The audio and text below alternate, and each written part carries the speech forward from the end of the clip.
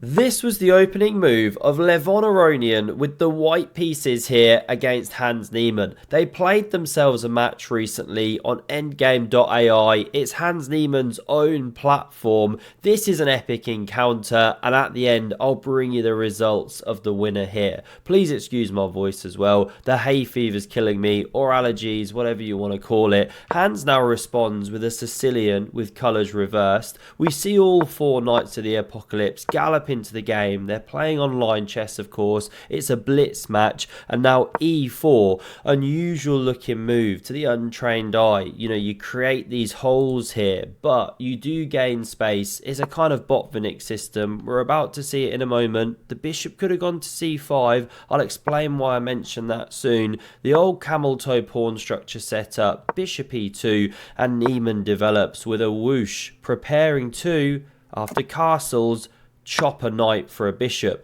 Now, why would you give up your bishop there? Normally grandmasters want to hold on to them. Well, you're gaining control of the dark squares. This is the positional point, and that's why the bishop now steps back as well, voluntarily. Why didn't it go there in the first place? I don't know. Too subtle for me, right? They're epic, these grandmothers. They know all the details. The king steps out of the x-ray, and we're going to see what it prepares, because after Niemann pushes the rook pawn, leans back like an absolute boss. That's always how you feel. We see bishop g4, immediately giving back the bishops, but clearing the way for the pawn to rumble, castles, and here we go. Levon roars like a mighty chess lion. They played this game yesterday, by the way, 21st of June, 25, and after this very stinky pawn f6, we do see the beautiful party hat pawn formation set up by Niemann. He's having a great time. By the way, if I flip the board, that's why I'm referring to it as a party hat. Control X, if you don't know that keyboard shortcut for the board flip, you're very welcome. Do consider subscribing if that helped. Really helps my self-esteem. And after rook f3, lifting into the game, Levon in excellent shape, we see Niemann galloping forth here, looking for counterplay. The rook saves itself, and checkmate in one is threatened. Of course, Levon looks up all over the room. Always do that if you're threatening a mate in one. Maybe your opponent's less likely to see it, but it's spotted. He's one of the world's best guild mariners. Now we see pawn f5. It closes the position with the pawn structure anyway, but it opens up the scope of the bishop. Queen d7, pours some sugar on that g7 pawn, and queen h5 now goes for a new angle of attack. c6, very thematic. If you get attacked on the flank, counter in the center, and vice versa very often. Now we see bishop d2, pawn a4, rook b1, if a3, now you can go b4. So Hans decides to play bishop b4 here, and after that move we get pawn a3, putting the question. Takes is played, now not forced, you could have actually dropped back, but this was selected. Pawn recaptures, and this is the point. Although you've now let white plug the hole, you land a knight on this outpost here. However, bishop e3, and you're kind of playing around it, right? It's a bit of a wet noodle. Looks impressive. It's like that food that looks delicious, then you taste it and it's crap. That's what this knight's a bit like, to be honest. d5's now played. High 5 wanted. Kasparov rushes in. Rook h3 threatens a big crash through. So h6 is played. And now c takes on d5, looking so natural. Very playable. Then you could even crash through here. This did not happen. Just showing you a sample line. You get 3 pawns for the piece. Taking not good. You actually open the g file for attack. We'll pause it there. White's actually doing quite well with all the pressure. Both rooks barreling down. A free pawn, a weak king, and a knight which is in Siberia. But let's run back. After pawn h6, no captures was played. A very unusual move.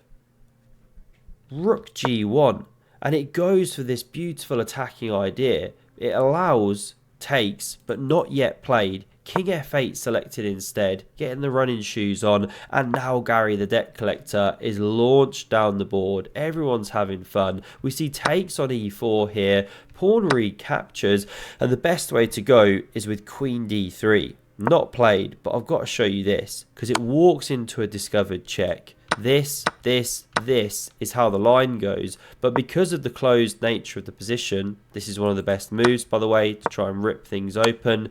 Actually, black's got enough counterplay for that queen. It should be roughly level, apparently, but not many humans go for this. Looks so scary. So instead of queen d3, we simply saw rook d8, and it sets the scene for Levon to play a brilliancy here. I mean, he's still got it. He plays the move of pawn to g5. Absolutely epic. You could have crashed through with the bishop there, although technically it was bringing it back to level, draw. This is the strongest move, because if takes, you're simply opening the h-file for attack. Now, you're not actually best advised to check immediately. This is the strong move. Kick the rook somewhere, then this is even stronger. Not yet invading, kick the queen. And there are these ideas of dominating the d-file as well as the h-file. It's absolute paralysis. This knight is in a complete jail here. You're basically playing a piece down. Here's one sample line of how you'd end the game. So, hg, not played. Let's run it back. You have to do something. You know, this is threatened. So fg was played. And the best way to go here is crash through with the bishop. And away we go again with the attacking ideas and so on and so forth. But not played. We see rook takes on g5. Absolute thunderbolt there. Sacrificing an entire rook. Not taken. If it is, here's how the continuation goes. You check, force the king to the d-file. There's these beautiful switchback ideas, and this is the main line of the all-seeing stock nest monster. Something like this, and white's killing it right. Pawns running, bad knight. So let's run back here. We did not see hg. After rook takes, we saw check. But guess what? This actually swings the bar now in the black favour, because you could take the queens off or block, then see the queens leave the board. But now the rook's invading, taking that pawn on c3. The knight's getting loose here. Big tension now. We see that one defended, the bishop. You could take straight away, but there are these discovered check ideas, whoops, and that sort of thing. Not straight away, knight takes, defending rook, but there's ideas of rook takes here, takes, bishop takes, check, then you pick up this guy. So for all those reasons, king e8 comes onto a safe light square, and now f6 is great from Levon. Watch how he battles here, opening things up now. We do see pawn takes. This one crashes through.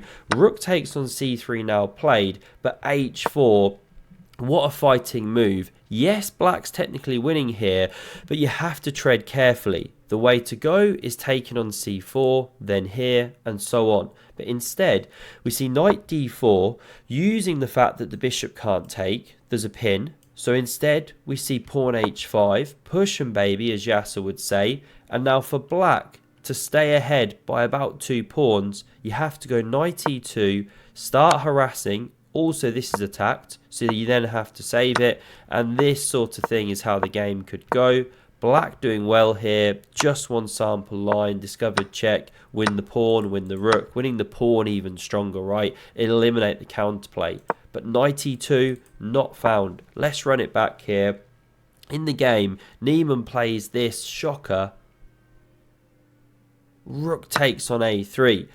Now, it's not actually a shocker, of course. Such a natural human move, but it's hated by the engines, because now you can check king d7 and the game is back to level. The pawn's running super fast. You didn't activate the knight and start tickling the pieces. This one now checks king h2, and you have to bring the knight back now to do some defensive duties. They're very low on time, of course, but Niemann misses knight e6. He plays the stinker. King to c7. That's some stinky cheese, and not in a good way. Not the epic, stinky, crumbly blue cheese. The rook invades. Rook d7. But now you have many good moves here. One is taking the knight immediately. Another one is this, played by Levon. And now h7. And how to stop that pawn? You just can't. Knight f3 check, king g2, and we do see the knight now sacrificed. If you try and bring it back to cover like this, let's say, we'll just rook g8, and the knight can't stay there. It gets driven away, then the pawn's going through, and that's all she wrote. So after this king g2, we saw a desperate check. Now the knight dropped off the board, rook h2 comes around, but king g3, rook back, bishop c5 here, king c7, king e7, and this was the final move of the game. Hans Niemann resigned. Why? Let's say you try and get your own counterplay going. Well, then you can take on f6, and the most important thing is that you can block the h-file. Therefore, the pawn is running through what to do. One sample line here, you give mate in just a few moves. This was the final position, and Levon went on to win the match 9.5 to 8.5. That's 2 in a row that Hans has lost now. He also lost to Giri the other day. I was going to cover that, didn't quite get round to it. So Hans is just coming out the wrong side now, but truly great battles. Hope you enjoyed this one. Have a look at the video on screen if you want another epic game of chess, and thanks for sticking with it despite my voice. Thanks a lot and see you soon. Cheers.